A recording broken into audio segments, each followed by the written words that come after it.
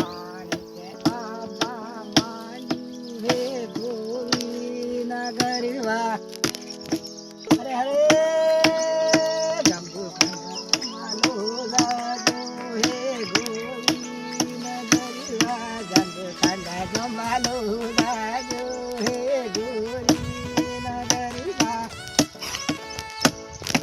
हे मना तो छोड़ी हे गोरी नगरवा मना खंडा जो मालो लाजो हे गोरी नगरवा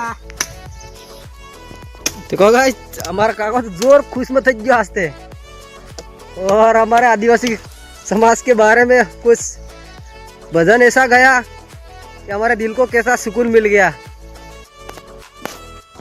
और हमारे आदिवासी की लाइफ ऐसी है गाइस कुछ इस तरह की। देखो आज हमारा आ रहा बोकड़ा छोड़ने આવી ગયા था पानी बाबू આવી ગયો हमारे काको पालो पाड़े लेमड़ा सड़ी।